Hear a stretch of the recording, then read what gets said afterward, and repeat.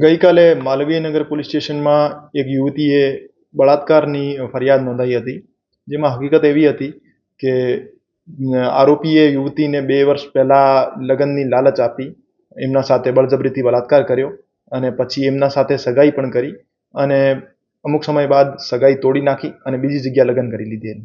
તો એવી પરિસ્થિતિમાં ફરિયાદીએ પોલીસ સ્ટેશન આવીને લગ્નની લાલચ આપી બળાત્કાર કર્યાની એક ફરિયાદ નોંધાઈ હતી. આ બાબતે માલવીયનગર પોલીસે તપાસ હાથ ધરી છે. હજુ સુધી આ મામલામાં કોઈ ધરપકડ નથી થઈ. પુરાવાની કલેક્શન માટે જાંચ જારી છે અને યોગ્ય કાર્યવાહી કરવામાં આવશે.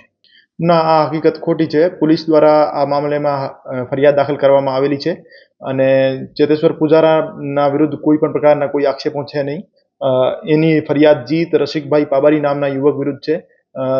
જાંચમાં એવું સામે આવેલું છે કે આ ચેતેશ્વર પુજારા નામના ક્રિકેટરના શાળા થાય છે આરોપી, પણ ચેતેશ્વર પુજારા વિરુદ્ધના કોઈ પણ આક્ષેપો છે નહીં અને પોલીસ પણ એવો કોઈ પણ પ્રકારનો દબાવ છે નહીં.